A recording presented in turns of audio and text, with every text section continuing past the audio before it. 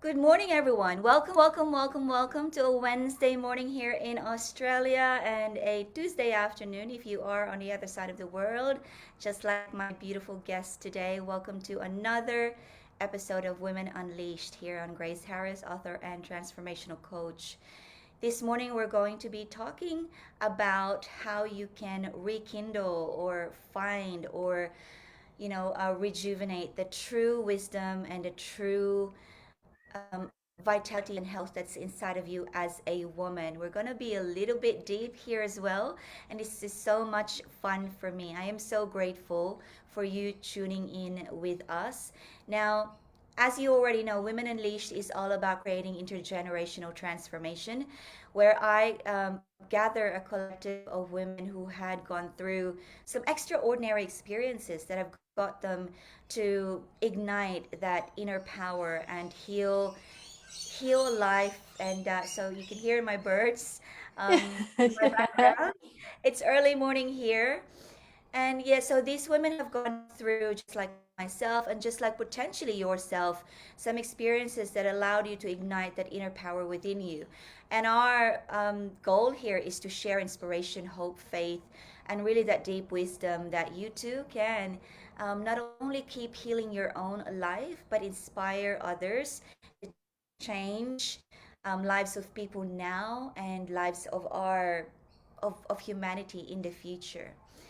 This morning I have Monica she's currently in Los Angeles, but she is based in Hawaii. And Monica is a fertility health coach, and she is also the founder of Finding Fertility. It is uh, it's a platform that really helps women to show them how they can get and stay pregnant when doctors are saying that you can't. And that is only a little nutshell of what we're going to be tackling on today. So I cannot wait. Monica, you're here with me today. Welcome and thank you for being with me. How are you? Yeah, thank you so much for having me. Your birds sound beautiful. They are, aren't they? So they're very alive in the morning, I'll tell you. Yes. So, Monica, you are a fertility health coach. So you had an experience, and from what I know, it was an unexplained infertility diagnosis, if you will. Tell us about that experience and why was it unexplained and what happened? Yeah, so I was 27 when we started trying to conceive, and all the doctors thought I was fit, healthy, perfectly okay. And as the years ticked away, we did more tests, and they couldn't find anything that was obvious of why I was having fertility issues. So when that happens, you get a diagnosis of unexplained infertility. And the only thing that they can really suggest is to try IUI or IVF, which are medical procedures that really help get the egg and sperm together. So we tried IVF, and that's where it really exposed that we made pretty poor embryos. And this is the only way, IVF is the only way you can truly get a good representation of egg quality. And because my husband was deemed fine, his sperm were fine, they said it's your egg quality and there's nothing you can do about it. And I don't know what or who was nudging me, because at that time I was very disconnected from myself, let alone my spirit guides or anyone else around me. But something was telling me that's not true. Don't take that advice. Go out and seek your answer. And that's what I did. It took a while, a long while. I'm not gonna lie, because there wasn't good information out there. There wasn't, you know, we were kind of the first generation to go through this, and piece by piece, we started figuring out why I was so making poor egg quality, and I actually had a very silent autoimmune issue. And because of the inflammation and the oxidative stress that I had within my body, it just trickled down to my fertility. So we started making steps and changing up our diet and our lifestyle. And eventually that led to the mental and emotional work that I've done in my life. And very long story short, I do have an IVF baby, and I did end up getting pregnant naturally after 8 years of infertility. And your boys are now at really, really cute ages of 4 and 6. So as a Yes, mom, I can't stress enough how cute those ages are, and so many women would agree. So congratulations. I am thank you. so happy, and yeah, that's such a blessing. Monica, there are many, many women out there. I know I do have friends who have gone through infertility and potentially are also, a lot of women going through right now. So thank you for that. It's a short version, but it is quite informative in a few different ways that you've said so. Because I love when you said something inside of me, I don't know who or what, did say that it's not really true that you cannot conceive. There's you have to find out more. And I feel that often, and not just about infertility, often, and it happened to me, to a lot of my friends, often we can get told medically that there are things that we are unable to fix in our body. I know I have been told that I did have a form of a degenerative arthritis years and years and years ago, that it was only going to get worse. And like yourself, I had I don't know who or what, that said that's not true. Mhm. You're too Yeah. young, you can fix this, find out. And so I feel like that is a very, very foundational, fundamental type of connection that we need to look within ourselves. That voice and that fire inside of us that says there's gotta be more to this than Mhm. just another human being saying to my face that this is it for me. So I love that. And thank you so much for acknowledging that voice, because it's within all of us. Um, it's also so important that you mentioned, through digging deeper and finding out more, that there were some big physiological reasons, such as a silent autoimmune deficiency, and the levels of the oxidative stress. And these are things that we can really mitigate when it comes to hacking our bodies. So I'd love for you to, I know there's, so first of all, I'd love for you to take us to that transition phase of discovering those elements in your healing. um, yes, and then I'd love to go deeper after that one, but yeah, take me through. Yeah. Yeah. So I like to say we are all spiritual beings. And yes, I do believe that the mind controls everything and you can literally change your health through thoughts alone. But we have to keep reminding ourselves that we are on this physical planet and having a physical experience. So there are things that we can control through our diet, our lifestyle. And then we want to add in the mental and emotional health. I could not mentally wish myself out of an autoimmune issue. I had to eat a certain way. I had to cut out the alcohol. Um, so those things are really important, and they're a very good place to start because they're tangible. So as human beings, we want to control the situation, we want to feel like we're having control.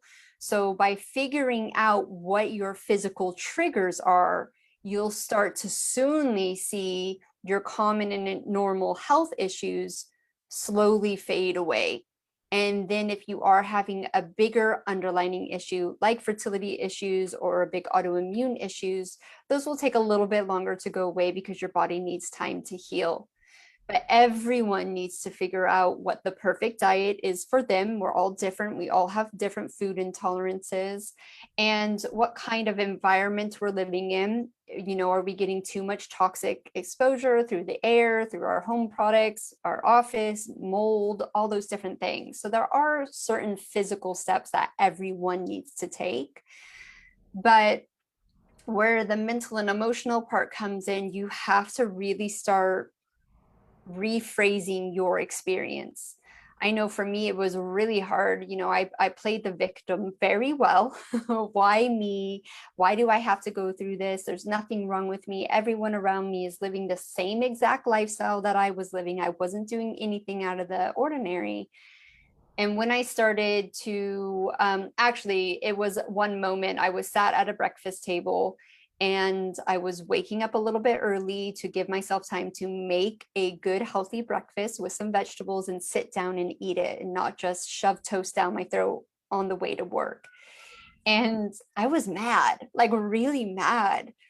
And then I just started laughing at myself. Like, how could you be mad? It's not like you're digging a ditch outside or you're starving and begging for money on the street. You have this beautiful home, you have enough money to buy yourself food, and you really need to start changing your mindset. So that was like a really big aha moment for me of like, okay, things aren't happening to me, right? Like this isn't, I'm not on here on this earth to be punished.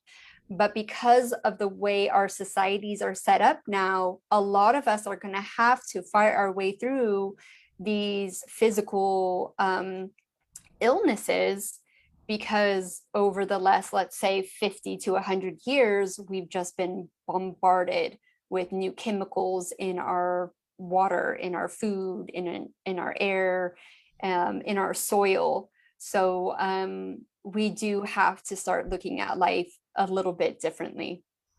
Mm.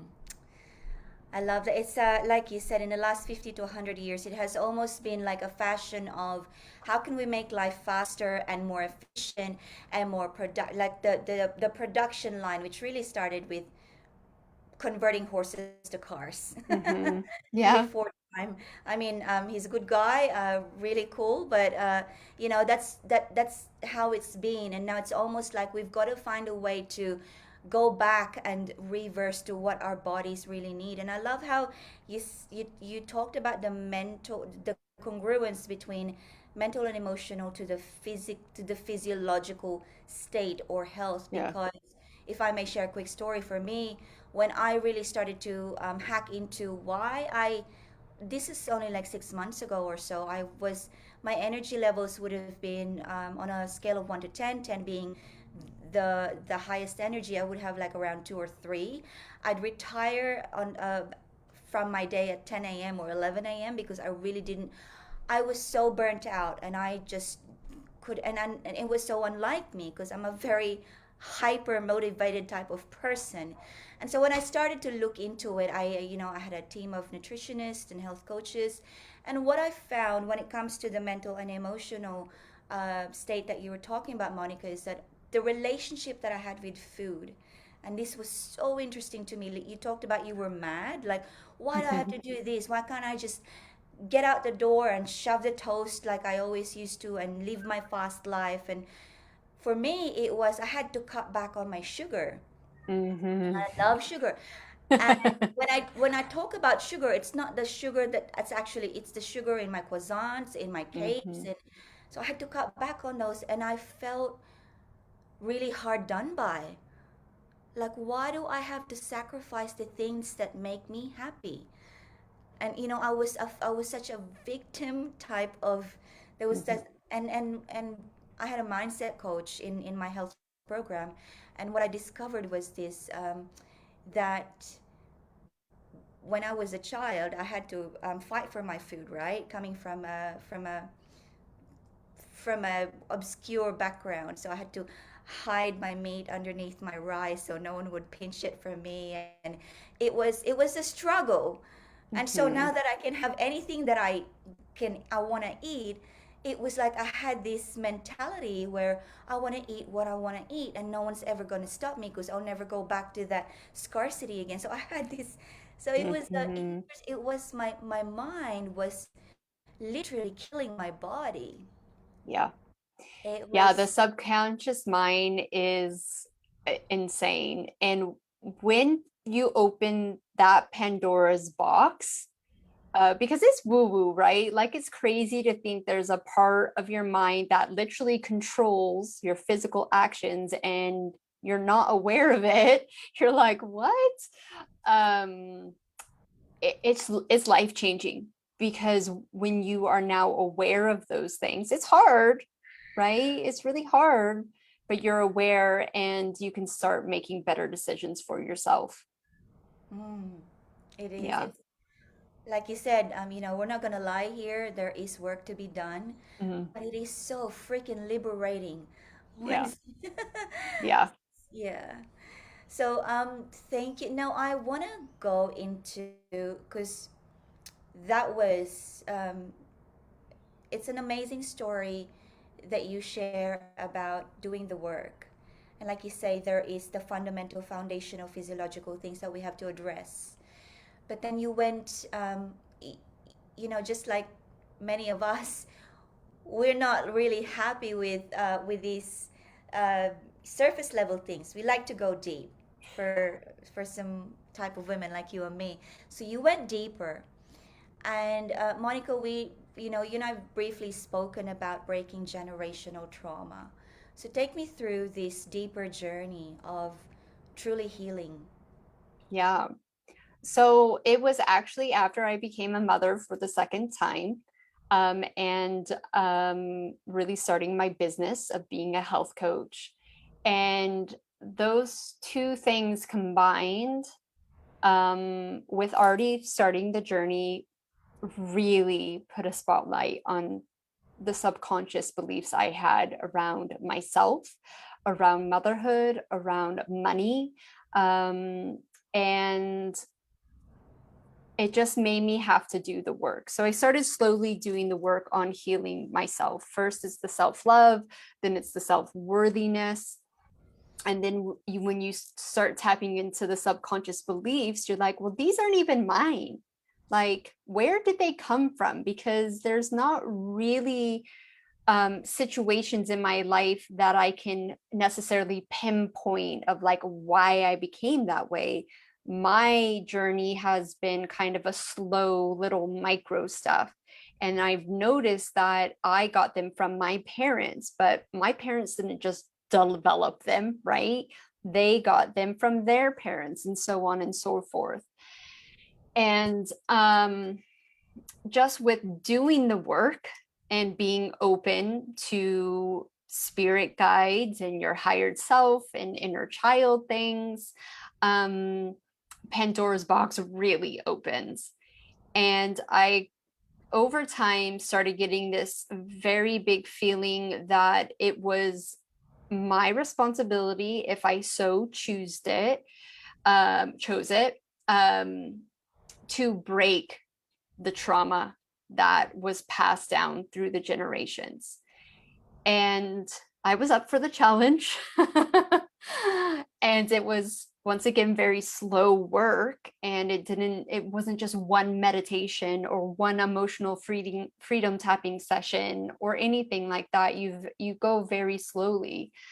But I basically decided to bring in not only my inner child, and anyone who's done inner child work knows that it's not one child. You literally have very many different of you. So I've got a whole row of my inner children. Um, but my mother and my mother's inner child and my two grandmother and their inner child.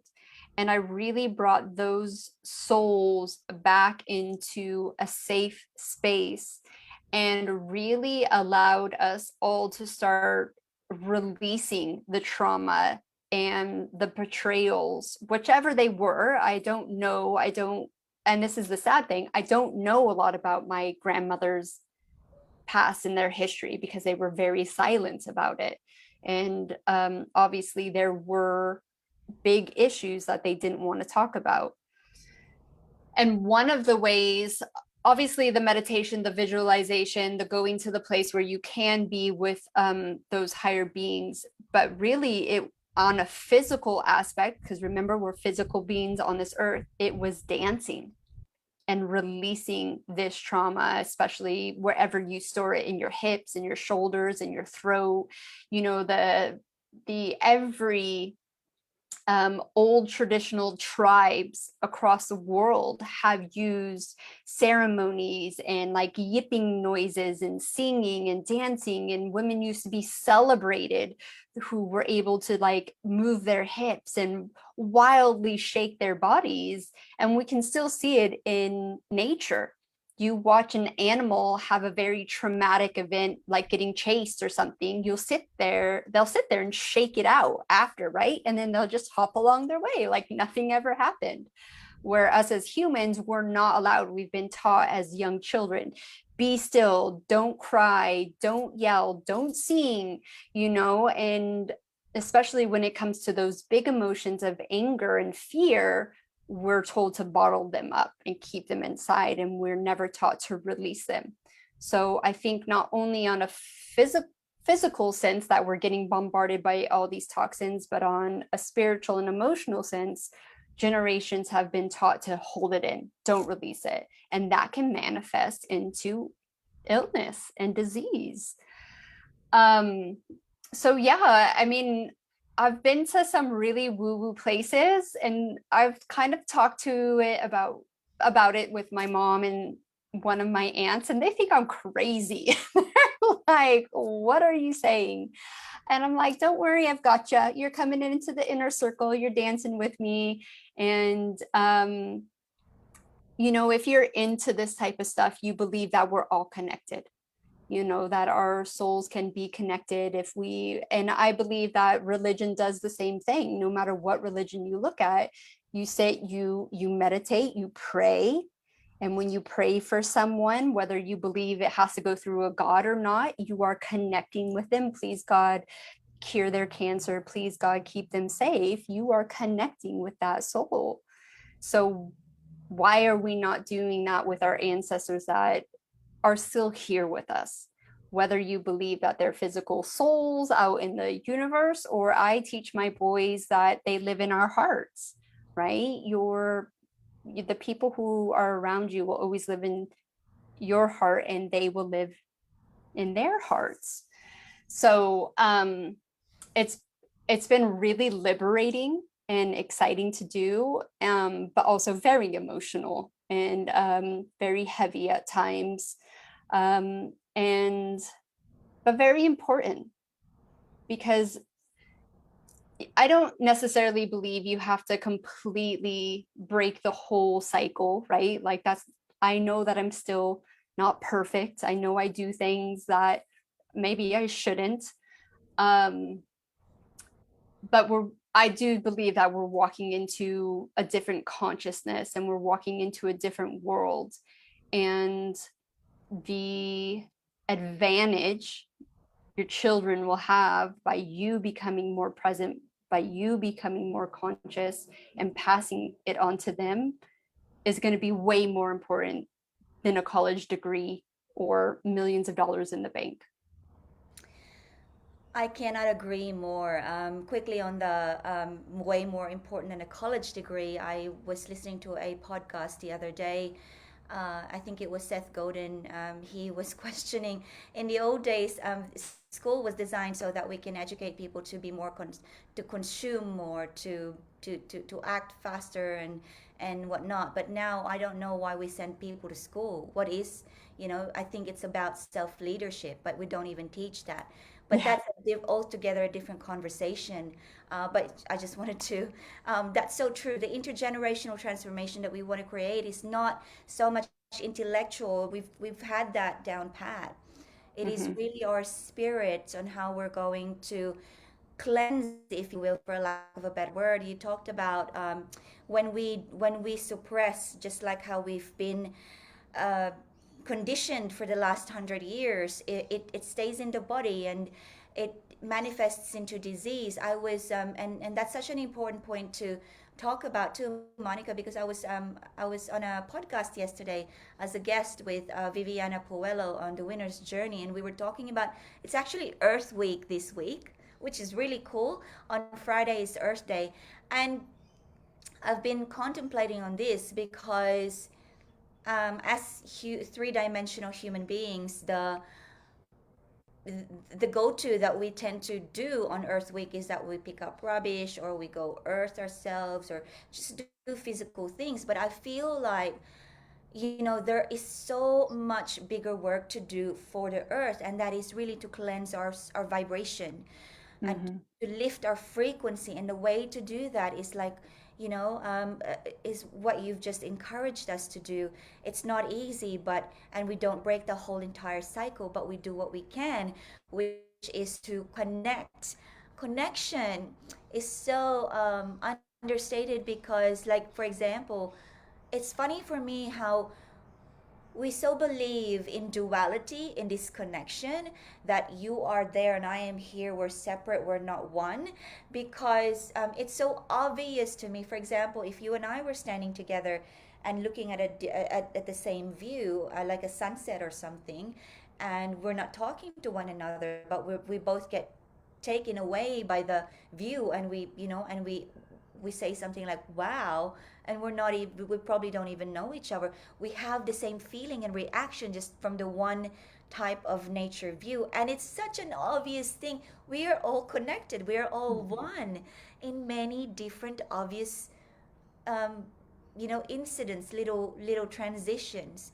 And for me, it fascinates me. I'm such a people watcher when I'm like at cafes or at beaches, because I love to. It just fascinates me how certain people have a sense of we are all one, and certain human beings have a sense of no, you're there and I'm here. And so for me, that connection is like what the work that you've done. Your inner children, the inner child of your mom, and how you can laugh at when they say to you, "You're crazy." It's celebrating normalizing what used to be, what Yeah. we used to do hundreds of years ago, thousands of years ago. So thank you so much. That just feels, like you said, liberating. Monica, my question now for you is, so many women, you've just encouraged them right now, how much fun it could be to actually do the work like that. But when we go through the transitions, the liminal spaces where it's not easy, because it's not always going to be easy, how can we Mm. take care of ourselves? Yeah, you just have to give yourself space. And just know that it's all right not to always be in high vibration, not to always be, manifesting or meditating. It's consistency, right? It's not perfection. We have a very big ego to deal with that's never going to leave us. And I've actually embraced my ego. So when things pop up for me, I sit down with her and go, "What's up? What's pissing you off today?" Right? Like I invite her in instead of trying to push her away, because it's kind of like that. I don't know what metaphor, I'm sure there's a great metaphor for it, but like the harder you try to push something away, the like quicker it comes back. So if you invite those demons and those egos to just sit alongside of you because you know you can never get rid of it, it's so much easier. And like you can just kind of make it fun to be like, okay, what's going on with you today? And give it a personality, give it, like maybe like, well, my ego is actually very scary looking, and I didn't purposely do that. It was through the work I was doing.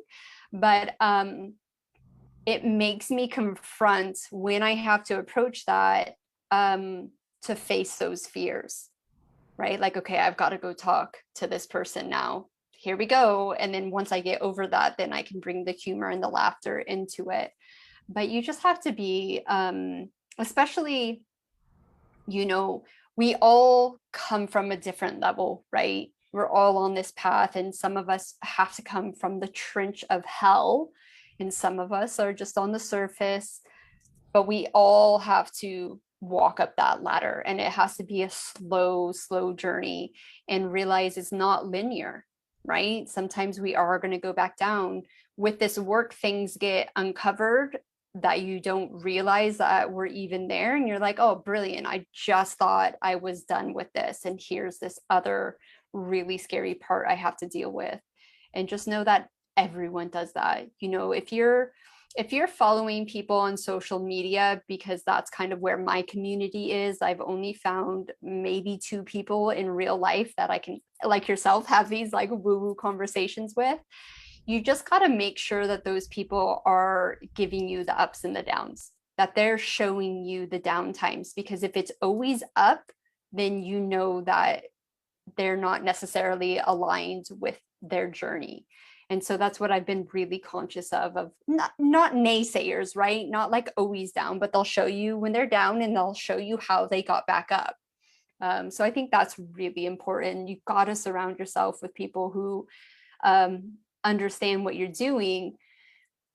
And if you don't have that community, you have to be even more of a fighter. Because I will tell you, even my own husband, my own mother, when I was radically changing my diet and my lifestyle, literally thought I went nuts. And I can understand, why, but I really had to stay like strong in my truth, and just not care what they thought. And luckily I proved them wrong. But yeah, you got to dig deep sometimes, and just give yourself grace. Yeah, thank you. That's so important. To give ourselves grace. It's funny you talk about your mom and your hubby not supporting you. I had this funny story that my daughter, she's 20 now. She's only just recently shared this story with me about 2 weeks ago. She said, "Mom, about a year or so ago, I honestly thought you had lost it." And I was like, "What are you talking about?" She was like, "Remember that time when you had your very first shamanic journey? And then you came home and you told me that you met your ethereal mother, that you call your queen mother, and then you drew her on a whiteboard, and she was this big, and she was, I really thought you lost it." Oh my goodness. Yeah. And I'm like, "Why didn't you tell me at the time?" "Oh, because I was worried for you." And I asked her, and so I asked her, I said, "Do you think I've lost it now?" She said, "No, but I was convinced." Yeah. So, Yeah. yeah, and it was hard, I tell you, at the time. I was like on the chair for a week, just processing the experience. And I, like you said, had to give myself grace. I had to, because the alternative was no longer acceptable. Mm-hmm. Yeah, You do. You get to that point. I say you get tired of your own BS, right? exactly. Yep, Yeah. yep. Hallelujah, Yeah. amen, sister. Yeah. Thank you. Amazing.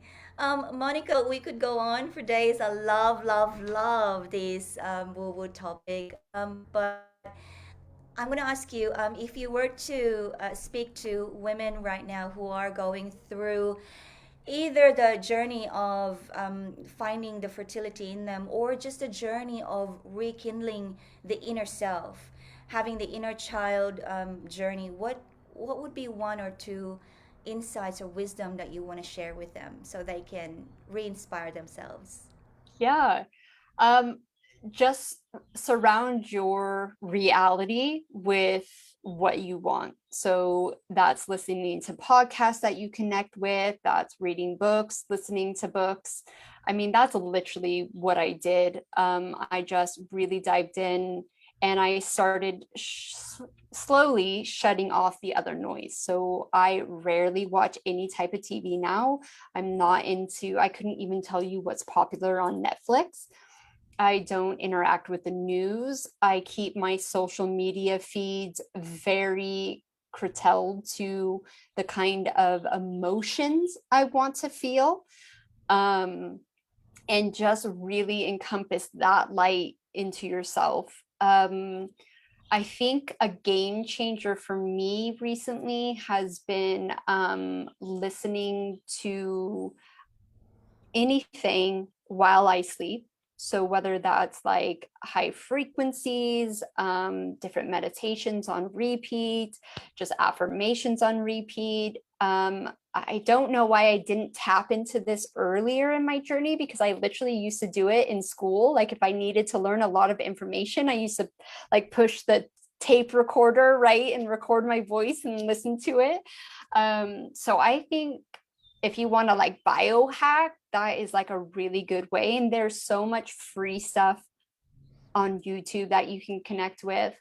But just find your tribe. And even if it's just you watching them and you're not interacting with them, that just starts really planting little seeds into you. And then you can just start really taking control of what serves you. And I always tell my clients, like, what's your highest purpose right now?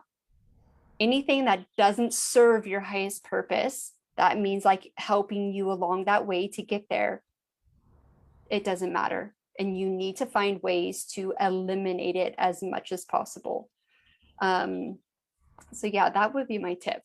Mm. So powerful because it's very actionable and it's actually at the tip of our fingertips, Mhm. literally.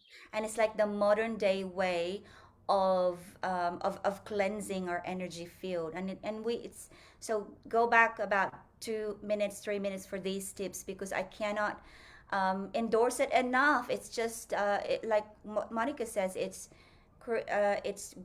making room for the light to come in, and there's Yep. simple things like keeping your what is it called, timeline or feed. Yeah, your news feed, your social Yeah. media feed. I mean, we all have to be honest with ourselves. A lot of people spend a lot of time there.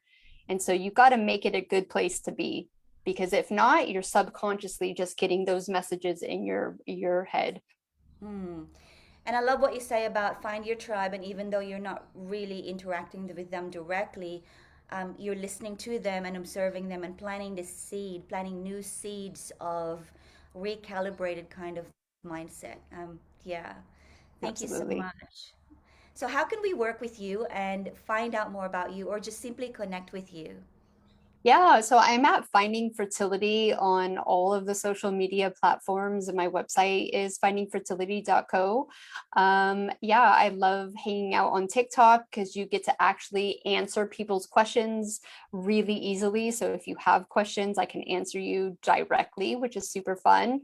But yeah, super easy, Finding Fertility. Thank you so much, Monica. Finding fertility on all social medias. And for those of you who are born in the, well, little bit aged like me, what that means is that you just do the Instagram.com or something and then forward slash finding fertility. I Yeah, just had to make that clear because some of them are like, what do you mean? It's just the forward slash finding fertility in all platforms. Thank you so much. We love you, everyone, for tuning in. Monica, thank you so much. I loved our time together. And we will see you again on Women Unleashed next time. Bye, everyone. bye. Bye.